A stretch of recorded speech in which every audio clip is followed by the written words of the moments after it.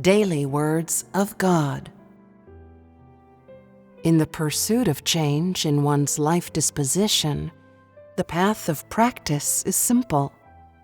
If, in your practical experience, you are able to follow the current words of the Holy Spirit and experience God's work, then your disposition is capable of change. If you follow whatever the Holy Spirit says and seek whatever the Holy Spirit says, then you are someone who obeys Him, and there will be a change in your disposition. People's dispositions change with the current words of the Holy Spirit.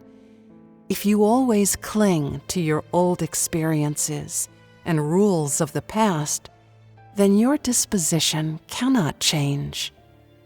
If the Holy Spirit's words of today ask that all people enter into a life of normal humanity, but you remain fixated on external things and are confused about reality and do not take it seriously, then you are someone who has failed to keep up with the work of the Holy Spirit, someone who has not entered upon the path of the Holy Spirit's guidance.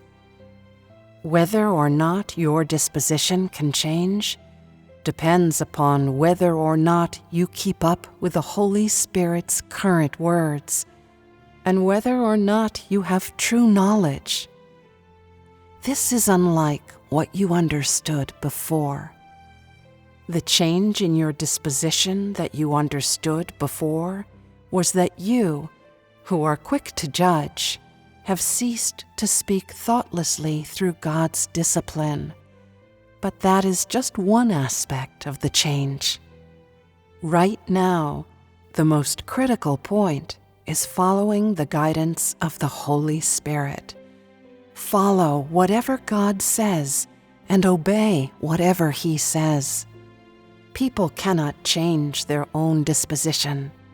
They must undergo the judgment and chastisement and suffering and refinement of God's words, or being dealt with, disciplined, and pruned by His words. Only then can they achieve obedience and faithfulness to God, and no longer be perfunctory toward Him. It is under the refinement of God's words that people's dispositions change. Only through the exposure, judgment, discipline, and dealing of His words will they no longer dare to act rashly, but instead will become steady and composed. The most important point is that they are able to submit to God's current words and to His work, even if it is not in line with human notions. They are able to put these notions aside and willingly submit.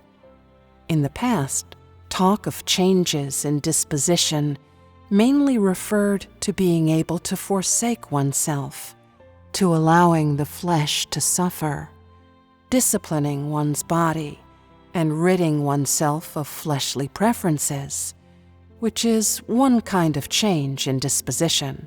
Today, everyone knows that the real expression of change in disposition is obeying the current words of God and truly knowing His new work.